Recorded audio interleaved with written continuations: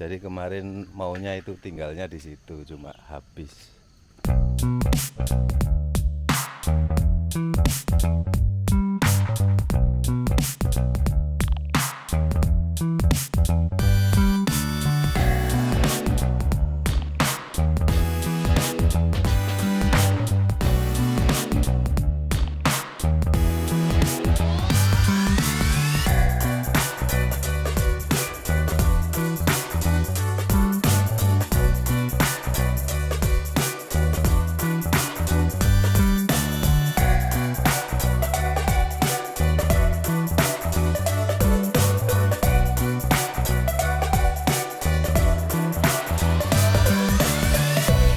Bismillahirrahmanirrahim. Assalamualaikum warahmatullahi wabarakatuh. Selamat pagi teman-teman ya. Ini belum mandi dan suasananya juga masih agak mendung ya. Pertama-tama mudah-mudahan teman-teman semua dalam kondisi sehat walafiat dan semua urusannya lancar, dan kayaknya beberapa hari ini libur ya. Sampai hari ini udah hari Senin ya, udah waktunya kerja. Cuma pagi ini saya masih berada di salah satu resort di Kota Batu, Malang. Dan di pagi hari ini juga saya ingin berbicara sedikit mengenai, kemarin ada teman yang bertanya, Pak, bagaimana cara atau bagaimana apa saja pertimbangannya ketika kita mau membeli sebuah kapal bekas. Dan itu sudah saya jelaskan di video sebelumnya. Saya jelaskan secara singkat bahwa ketika kita mau membeli kapal bekas, kita harus tahu tujuannya, dokumennya, kondisi kapalnya, segala macam. Oke. Di video kali ini juga mungkin nanti di akhir video saya titip ini ya, saya titip video, saya titip rekaman.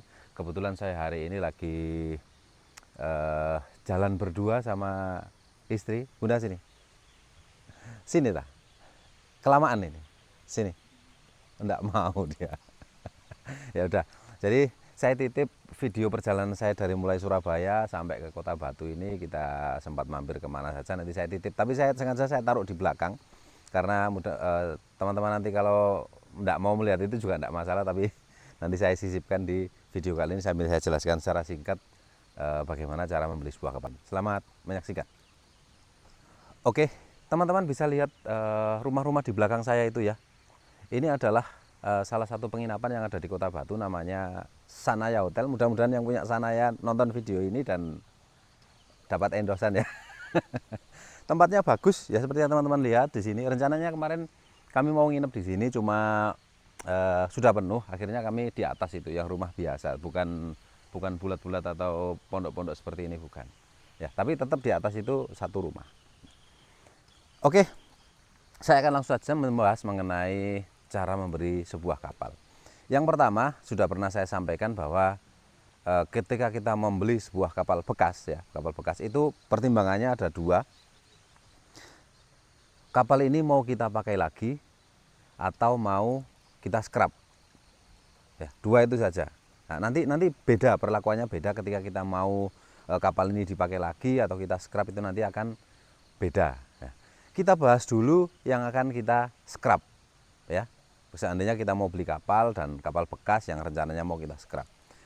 Yang pertama, dari segi konstruksi kita sudah tidak perlu mempertimbangkannya, apakah konstruksinya bagus atau sudah banyak deformasi di mana-mana, banyak korosi di mana-mana. Itu hanya dilihat sekilas saja, Nah, yang kedua yaitu tentunya ukuran kapal itu kita harus tahu. Karena apa? Ketika kita mau membeli kapal untuk disekrap, kita akan menghitungnya kan berdasarkan kilo nantinya ya. Jadi kita harus mengetahui beratnya. Nah, untuk mengetahui beratnya itu ada berbagai macam. Kalau pembeli kapal itu sudah jam terbangnya sudah tinggi sekali, dia akan tahu ukuran kapal sekian itu beratnya sekian. Tapi untuk pemula atau teman-teman yang baru memulai atau baru beberapa kapal, ada beberapa cara, yaitu dengan melakukan survei draft. Survei draft, kita lihat draft depan dan draft belakangnya berapa. Kemudian kita tahu model kapalnya sehingga kita bisa menghitung displacement. Di situ displacement kalau kapal bekas itu biasanya kondisi kosong ya.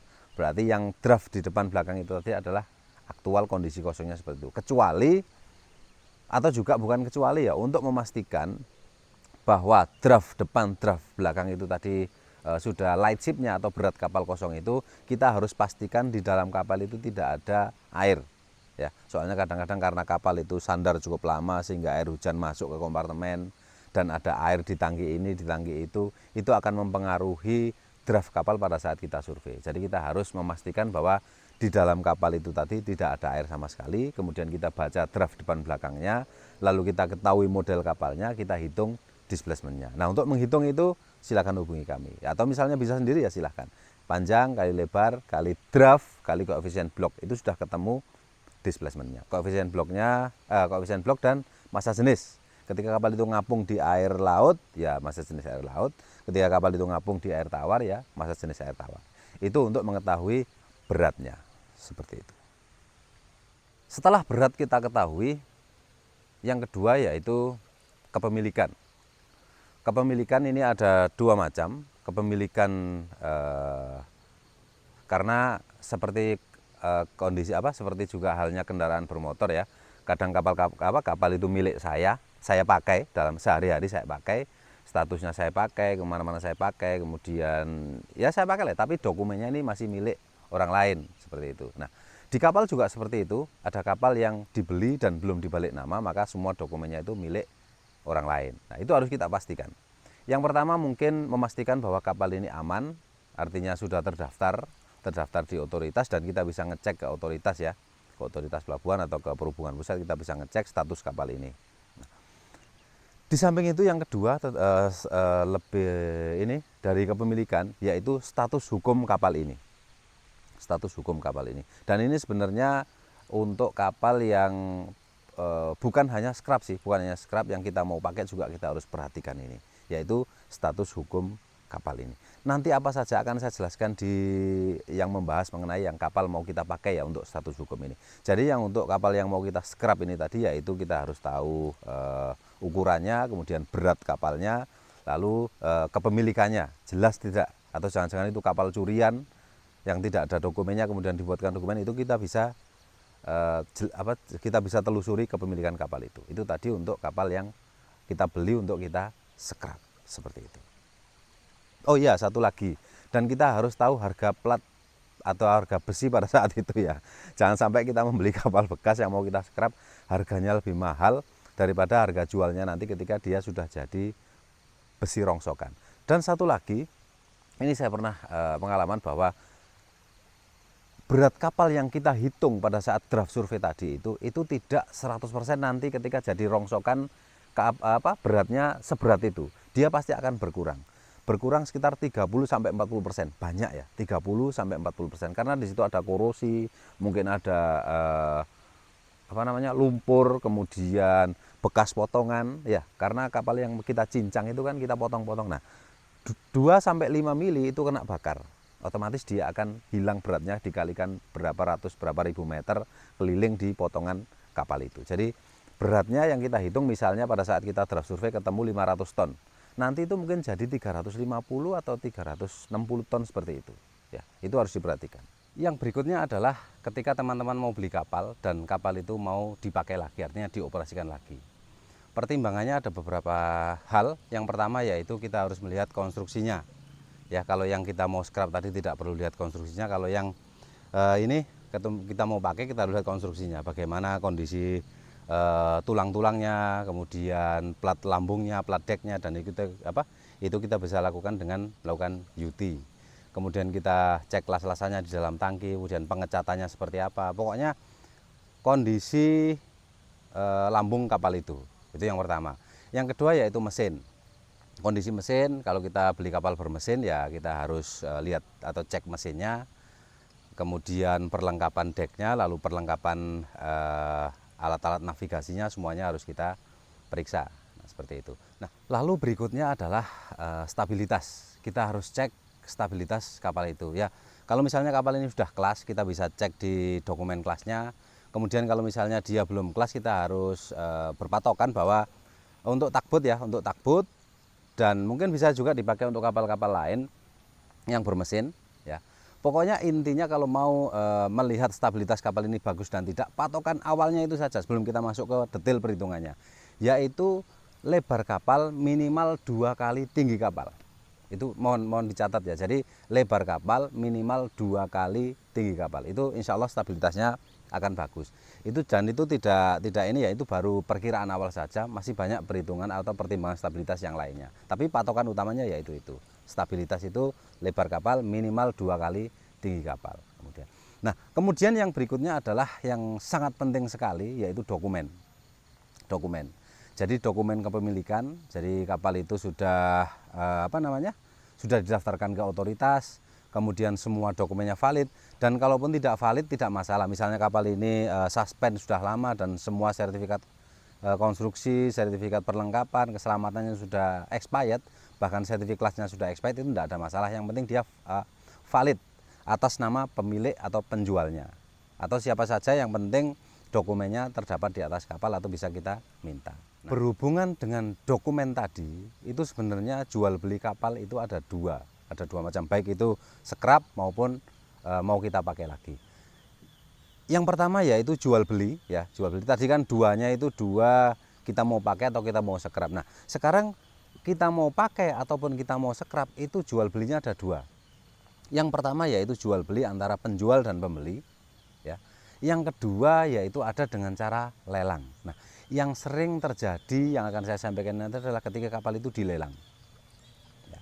Kapal dilelang ya, kita tidak usah membahas mengenai penjual dan pembeli ya, karena untuk penjual dan pembeli yaitu tadi tolong diperhatikan beberapa hal yang sudah saya sampaikan tadi. Nah, untuk yang kapal dilelang, ini teman-teman harus benar-benar perhatikan. Karena kadang-kadang, bukan kadang-kadang ya, sering terjadi ketika kapal dilelang, atau teman-teman bisa ambil contoh lah, kendaraan dilelang, itu selalu kita tidak punya apa-apa. Jadi pelelang akan bilang kapal ini kosong, mobil ini kosongan, tidak ada STNK, tidak punya BPKB, tidak punya dokumen kwitansi jual beli, tidak ada. Nah, di kapal juga terjadi seperti itu. Jadi ketika ada kapal dilelang, baik itu oleh bank, oleh pemerintah, atau oleh apa saja, ketika kapal itu dilelang, kadang-kadang dokumennya tidak ada. Si pelelang hanya ngambil barangnya saja. Kebanyakan seperti itu, tidak beserta dokumennya. Nah, untuk kasus ini, ketika teman-teman membeli kapal lelang dan dokumennya tidak ada, itu bisa kita terbitkan kembali dengan yang penting namanya tetap sama ya, ketika kapal itu beroperasi sampai kapal itu dilelang namanya tetap sama, dan kita bisa cek di perhubungan pusat atau di sah bandar setempat, dicek di mana tempat kapal itu didaftarkan. Nah, dari setelah kita mengetahui kapal itu didaftarkan, kita akan minta dokumen lelangnya. Itu ada namanya risalah lelang, kemudian bukti kita ikut tender atau ikut lelang itu tadi, kemudian bukti kita dinyatakan menang, lalu kwitansi kita membayar di tempat lelang itu tadi. Itu tadi semua dilampirkan, dan ada surat permohonan juga dilampirkan ke pelabuhan di mana kapal itu didaftarkan, dan mereka akan menerbitkan kembali dokumen-dokumen yang dulu pernah hilang, karena mereka masih ada arsipnya. Mereka akan menerbitkan kembali, melakukan pengukuran ulang, dan itu bisa seperti itu ya.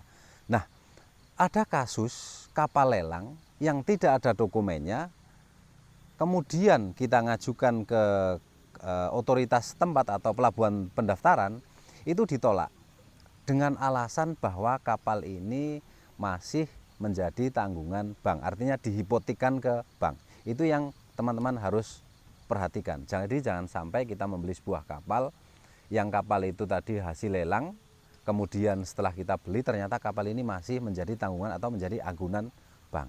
Itu akan sangat repot. Karena apa? Pelabuhan pendaftaran, pelabuhan itu yang tempat mendaftar kapal itu tidak akan berani mengeluarkan salinan dokumennya, karena dokumen asli masih berada di bank. Dan itu kalau udah seperti itu, teman-teman paling mau tidak mau harus berhubungan dengan pengadilan, karena nanti itu akan yang memutuskan akan pengadilan. Jadi dokumen ini sangat penting ya, meskipun barangnya cuma sepele dan kadang-kadang pemilik kapal itu menyepelekan, masa dokumen seperti itu aja biaya pembuatannya atau biaya pengurusannya sampai berpuluh-puluh juta.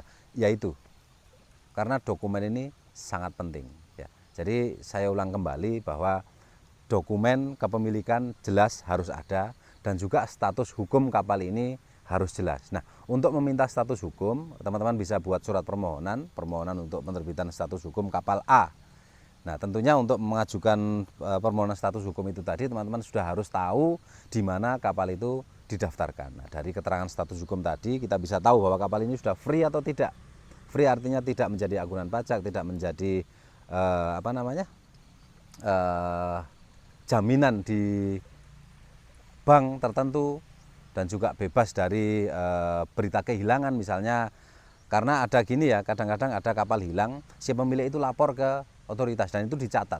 Ketika kamu nanti di kemudian hari melaporkan kapal tersebut, kapal ini akan ditahan lagi karena otoritas pelabuhan atau sah bandar itu akan memiliki salinan atau memiliki dokumen yang menyatakan bahwa kapal itu dulunya hilang dan kemudian sekarang tahu-tahu muncul. Itu akan sangat bermasalah ya. Ini untuk kapal tender ya.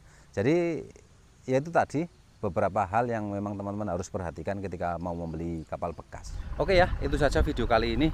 Mudah-mudahan bermanfaat ya, atau paling tidak menghibur lah, terutama bagi teman-teman pengusaha yang membeli sebuah kapal bekas, baik itu mau dipakai lagi atau mau disekrap. Dan juga mohon maaf kalau misalnya ada yang kurang dalam penyampaian saya. Dan untuk teman-teman yang lebih mengetahui silakan menambahkan di kolom komentar juga. Dan kalau masih ada pertanyaan juga silakan juga ditanyakan di kolom komentar.